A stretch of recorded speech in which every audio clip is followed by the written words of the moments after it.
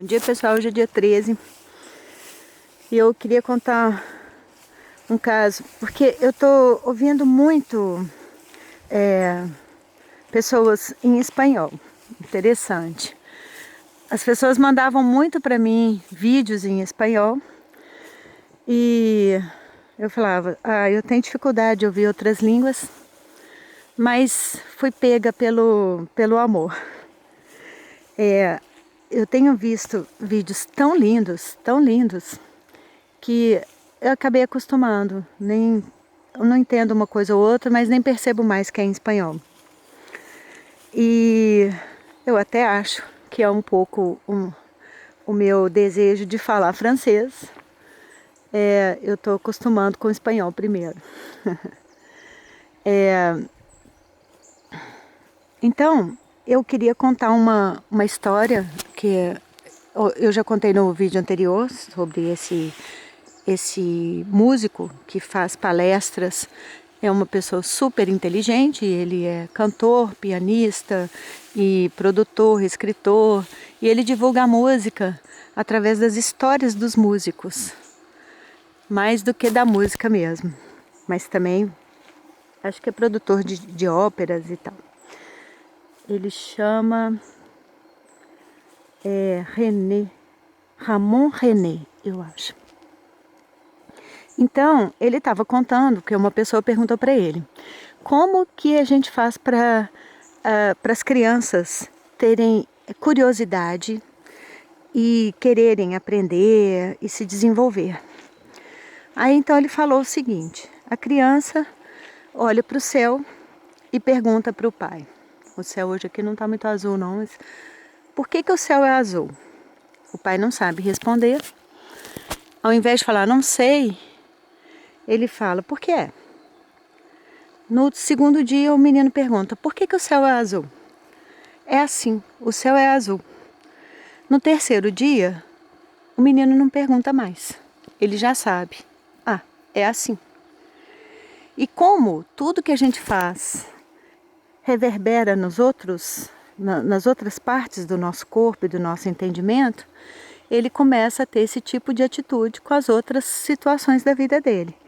Ele para de ter curiosidade de perguntar e começa a pensar. Eu lembro da minha sobrinha falando bem pequenininha, é óbvio, né? Levei um susto com isso, é óbvio, né? Ah, é? Não sabia, não. E ele dá o exemplo contrário. A criança pergunta, por que o céu é azul? E o pai pergunta, devolve a pergunta, é azul? Hoje ele nem está azul, está mais para cinza do que azul. Outro dia ele estava rosa. De manhã ele é amarelado. Ele é azul? E começa a perguntar para a criança. Toda vez que ela pergunta, ou ele fala, não sei, mas eu sei que ele não é só azul. Pode ser até branco. E dessa forma, a criança também vai reverberar isso no campo informativo dela e vai ser sempre curiosa com todas as coisas. Não precisa ter resposta, mas muitas perguntas. E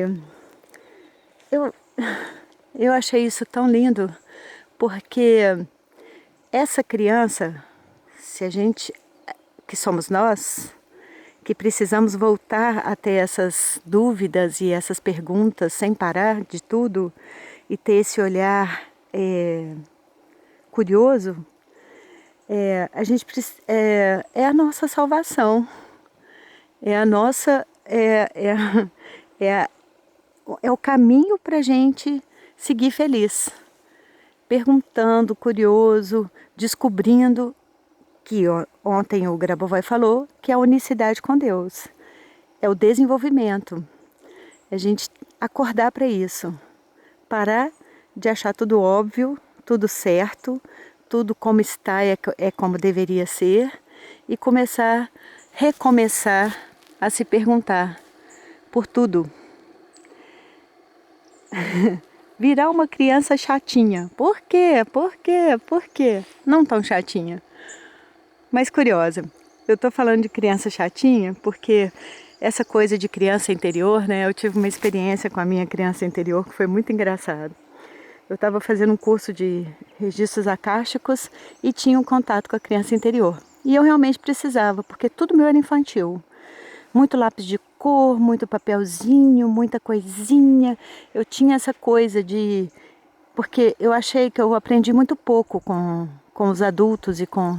Eu sou a mais nova, mas eu aprendi muito pouco com meus irmãos, com meus pais, com meus professores.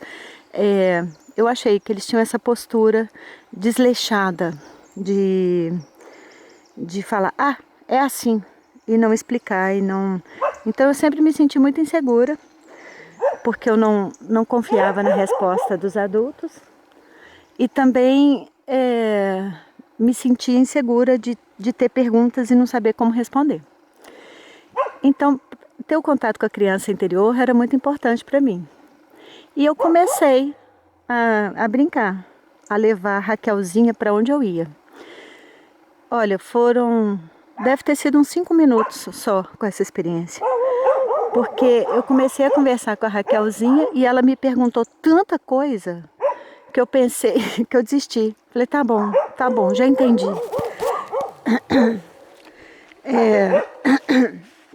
Olha lá, minha tossezinha de quando a conversa é importante. Não sei o que está acontecendo. É um cachorro lá longe, conversando com elas. Então, ela ficava do meu lado, a Raquelzinha, e tudo que eu falei, por que você está fazendo isso? Por que você pegou no lápis? Por que você vai escrever? Por que você olhou para cima? Eu desisti.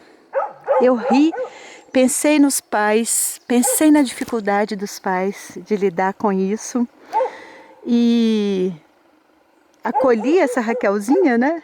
Mas aceitei que é muito bom também crescer e não precisar dessa criança interior. Eu sei que é um assunto polêmico que eu estou falando, sempre quis contar essa história aqui, porque eu sou uma criança, eternamente criança. Eu brinco com tudo, eu pinto a casa, vocês já viram, eu faço estripolias, eu pinto a casa dos outros. Eu sou uma criança peralta, mas eu não preciso, como é que eu posso falar?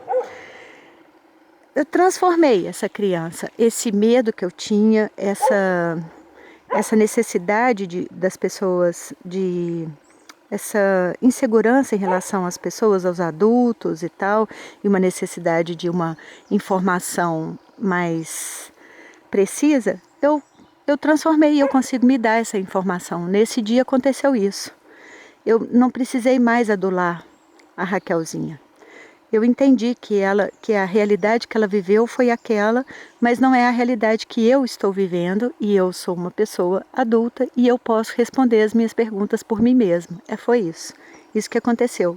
Foram 5 minutos, uma conversa aberta com ela e um perdão para todos os outros que não sabem como lidar com as coisas, não sabiam como lidar com as coisas. Minha mãe tinha 9 filhos, não dava para ficar respondendo todas as minhas perguntas e filosofando e poetizando comigo. E tá tudo certo. Foi assim e tá tudo certo. Eu te vejo na eternidade e jogo pétalas de rosa sobre você. Um abraço.